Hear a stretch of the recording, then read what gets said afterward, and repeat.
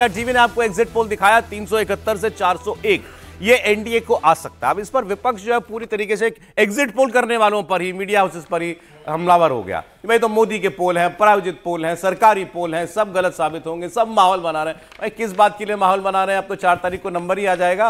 अब तो जो सर्वे कर रहा है या दिखा रहा है उसकी इज्जत का सवाल है। मेरा नंबर सही होता है कि गलत होता है? बहरहाल अब सवाल रहा कि ये 295 अब एक ही नंबर पर सारा विपक्ष है। एक कल दरअसल सारे विपक्ष की मीटिंग हुई थी मल्लिकार्जुन खड़गे के घर पर, उस पर सारे पार्टियों के नेता आए हुए थे और सबने वहां मिलकर के तय किया। सबने बाद में बताया कि हमने एक दूसरे से उनका सबका असेसमेंट जाना, तुम्हारे राज्य में क्या हो रहा है, तुम्हारे राज्य में क्या हो रहा है। जो नंबर दिया वो नंबर जोड़ करके उन्होंने बाहर आकर के बताया कि 295 295, जिसको राहुल गांधी ने सिद्धू मूसेवाला की 295 आईपीसी 295 के साथ जोड़ करके बताया कि वही आ रहा है इस बार। मैं आपको जयराम रमेश की बात सुनवाना चाहता हूं, उनको एग्जिट पोल पर क्या कहना है, इन आंकड़ों पर क्या कहना है, ये आखिर सारे के सारे एग्जिट पोल एक दिशा में क्यों है, उनकी बात मैं भी आपको सुनवाऊंगा। लेकिन समीर जी, अभी तक आपने जो रिएक्शंस विपक्ष के सुने, उसके बाद फिर मैं आना चाहता हूं इस बात पर, डेटा पर उनको कहां से उम्मीद दिख रही है, कहां एग्जिट पोल गलत हो रहा है? थोड़ा डिटेल में बात करनी चाहिए भी, कहां वो देख रहे हैं कि हमारा नंबर बढ़ना चाहिए था लेकिन एग्जिट पोल दिखा रहा है कि एनडीए का बढ़ रहा है। देखिए सरोज जी, मुझे लगता है कि जो 295 का जो आंकड़ा विपक्ष ने दिया, मुझे लगता है उन्होंने थोड़ा अपना आकलन कम किया है। क्योंकि अगर आप देखोगे तो अखिलेश यादव तो बोल रहे थे कि 80 में से 89 सीटें हम जीत रहे हैं, बस वाराणसी एक सीट छोड़ रहे हैं। उद्धव ठाकरे और शरद पवार तो बोल रहे थे कि 48 में से हम 45 सीटें जीत रहे हैं, हम सिर्फ 3 सीटें छोड़ रहे हैं। उद्धव ठाकरे तो यह भी बोल रहे थे कि नागपुर में नितिन गडकरी चुनाव हार रहे हैं, वहां से कांग्रेस के ठाकरे चुनाव जीत रहे हैं।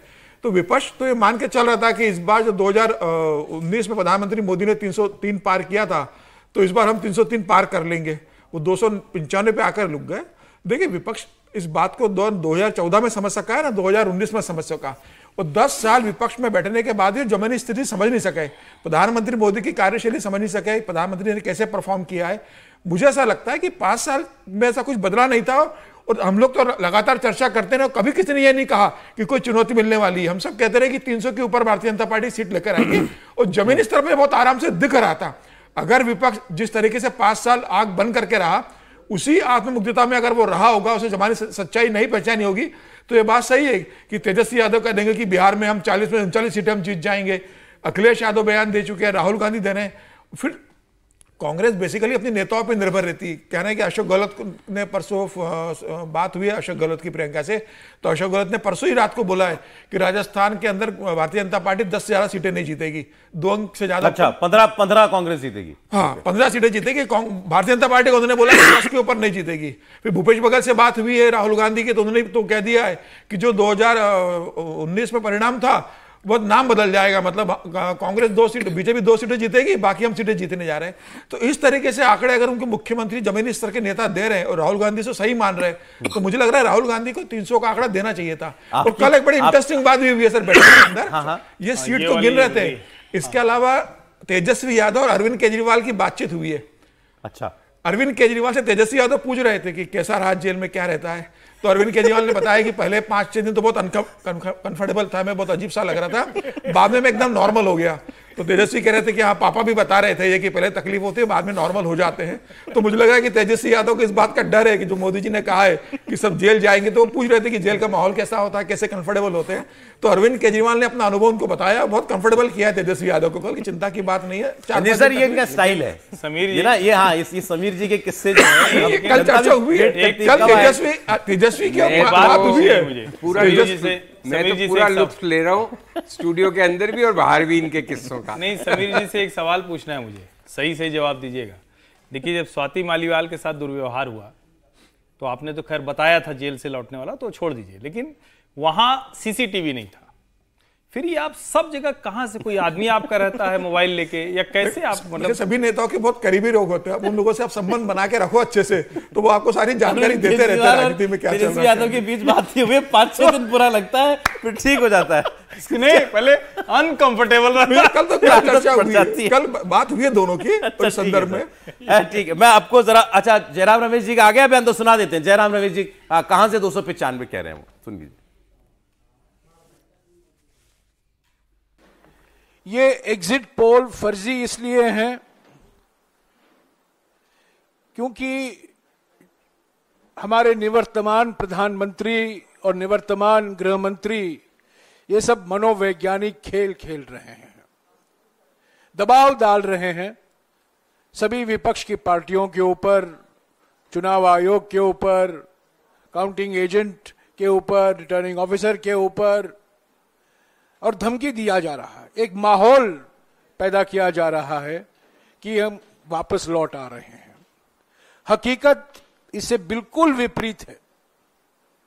और ये जो प्रयास है निवर्तमान प्रधानमंत्री और निवर्तमान गृह मंत्री कर रहे हैं, हमारे जो हौसला है उसको कमजोर करने में, वो बिल्कुल विफल होंगे।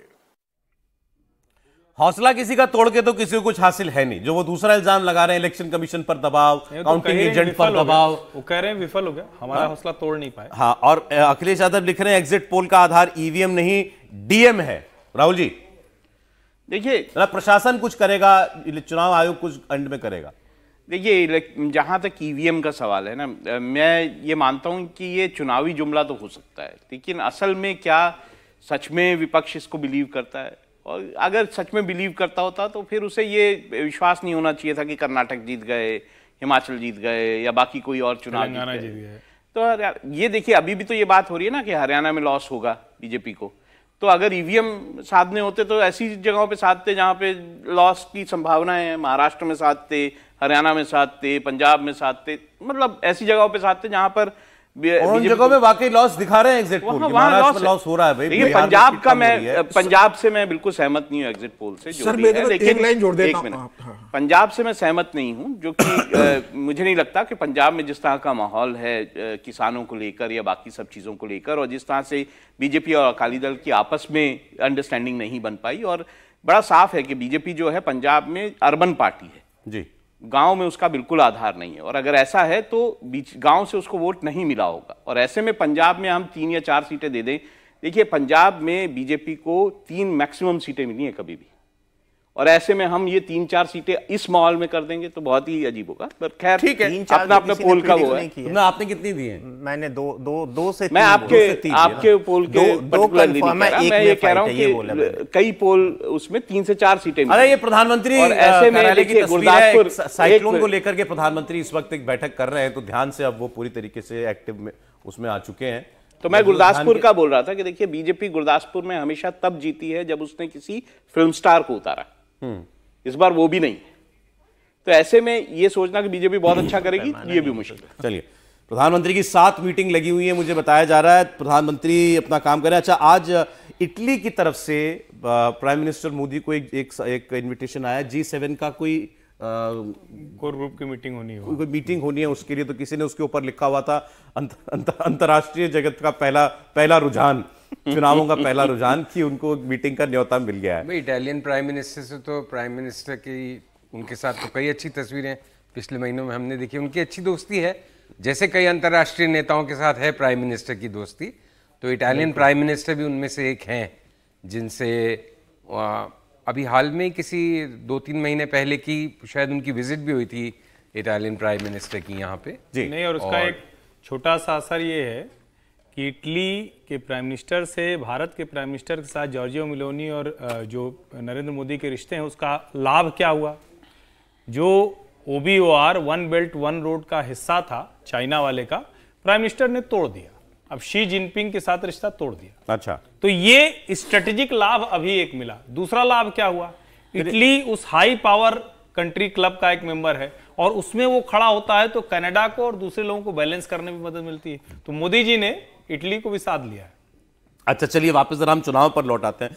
संजीव सर, आपने भी अभी कहा कि आप भी 4 जून का वेट करेंगे। अभी आपको ये 350-400 वाला नहीं, आपके गले नहीं उतर रहा है, नहीं उतर रहा। मतलब आपके लिए 272 अभी प्रश्न चिन्ह खड़ा हुआ है। मतलब देखिए, मैं लगातार एक बात कह रहा हूं और आज भी वही कहूंगा कि मुझे लगता है कि बीजेपी की सरकार रिपीट होगी, प्राइम मिनिस्टर मोदी बनेंगे, लेकिन 2019 के मुकाबले में कहीं कम संख्या के साथ। ओके। और रिलेटिवली 2019 के मुकाबले परफॉर्मेंस बेटर नहीं हो सकती। एब्सोल्यूट मेजॉरिटी की उम्मीद आपको मेजॉरिटी आएगी कि नहीं आएगी ये कहना तो मेरे लिए कठिन है, लेकिन मैं उसको मानता हूं कि उनका रियल टारगेट 272 का होना चाहिए, जो मेरे असेसमेंट है कि मुझे 272 ऐसा ही लग रहा है तो केक वॉक है कि 272 तो आई गई है ना। तो क्योंकि संघर्ष है और बहुत जगह संघर्ष है और अल्टीमेटली जो चार्ज है उनका रिजल्ट आएगा, उससे हमें उसी से स्पष्टता आएगी।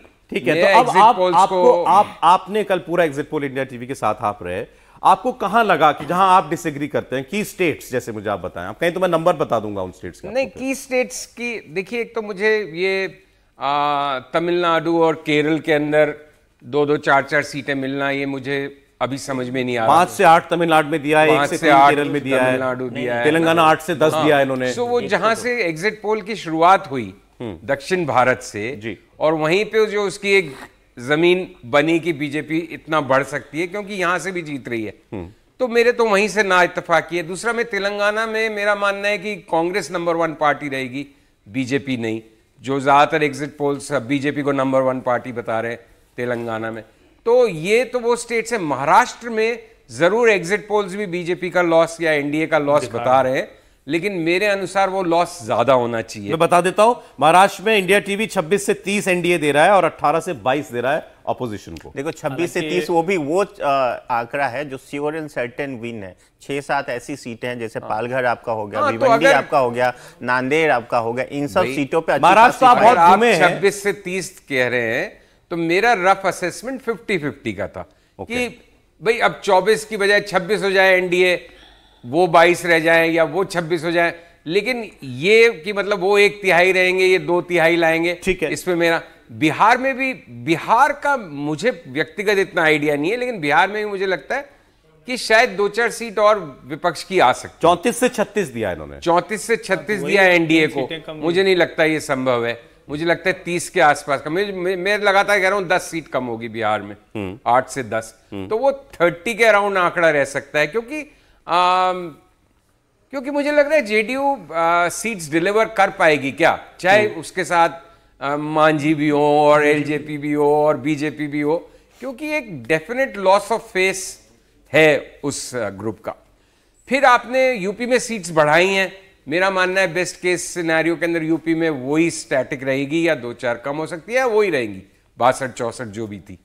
उस राजस्थान के आंकड़े से सरप्राइजिंगली मैं एग्जिट पोल से सहमत हूं कि मेरा आंकड़ा 18-7 का है कि 18 बीजेपी और 7 नॉन बीजेपी, रफली वही। आपने शायद उससे भी कम, ये हायर साइड पे इन्होंने 21 से 23 दिया है। 21 से 23 दिया है, हाँ, तो वहां भी 2-3 बढ़ सकती है। तो इस तरह से कुल मिला के जो मेरा आंकड़ा है वो मैं यही मानता हूं अभी भी कि मेजॉरिटी अपने दम पे लाना सबसे बड़ा, वही बड़ा चैलेंज है। वो अगर 273 आती है बीजेपी को, एक सिंपल अरिथमेटिक बता देता हूं मैं कहता हूं, बस मैं लास्ट सेंटेंस कि मैं 273 को ही 400 मान लूंगा। मेरे हिसाब से वही इतना सिग्निफिकेंट नंबर है, क्योंकि आप मेजॉरिटी में आ गए। आपने भी बहुत सारी स्टेट्स मुझे गिना दी। मैं भावेश ने, इंडिया टीवी ने जो नंबर दिया है बीजेपी का नंबर, बीजेपी की बात कर रहा हूं आपकी, मैं भी बीजेपी 319 टू 338, मोटा मोटा पकड़ के चलिए 325-330 का फेर एवरेज अगर आप निकालें, ठीक है, 350, 350, 330 सीट।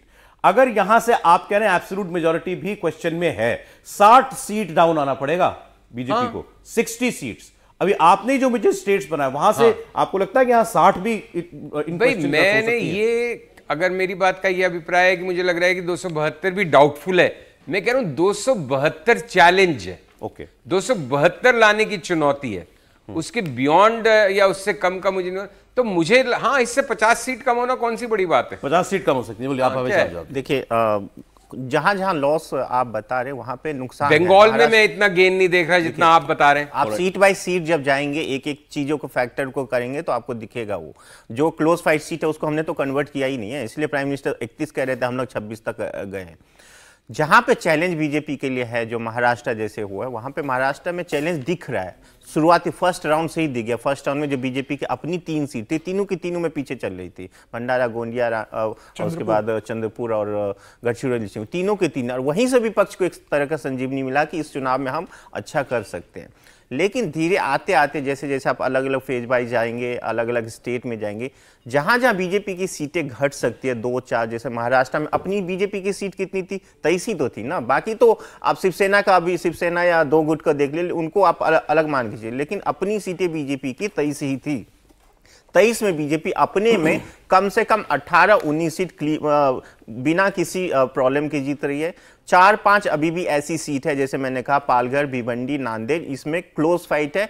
यदि वेव इलेक्शन है तो वो भी सीटें बीजेपी जीत सकती है, हालांकि मुश्किल है वो भी सीटें। मेरे हिसाब लेकिन से तो जो बीड में भी बहुत क्लोज फाइट है। हाँ, वहां भी है, लेकिन मेरे हिसाब से नासिक में बहुत क्लोज फाइट है। सर ब्रेक लेना पड़ रहा है मुझे। आपने कहा दक्षिण में इतनी सीटें नहीं, और जो की स्टेट्स थी, स्विंग स्टेट्स जिनको हम लोग बार बार कह रहे थे, कर्नाटक, महाराष्ट्र, बिहार, बंगाल, इन राज्यों के अंदर इतनी सीटें जितनी आप बता रहे नहीं आएंगे। बल्कि सरप्राइजिंगली आपने जो यूपी के नंबर दिए हैं, मुझे लग रहा है उससे सहमत होंगे संजीव जी। 64 से 70 ऑलमोस्ट 64 मान सकता हूं। हाँ, मतलब भाई 2014 से कुछ ज्यादा, 2014 से कुछ ज्यादा बता रहे हैं। ओपिनियन पोल के टाइम में 75-76 तक जा रहा था। हाँ।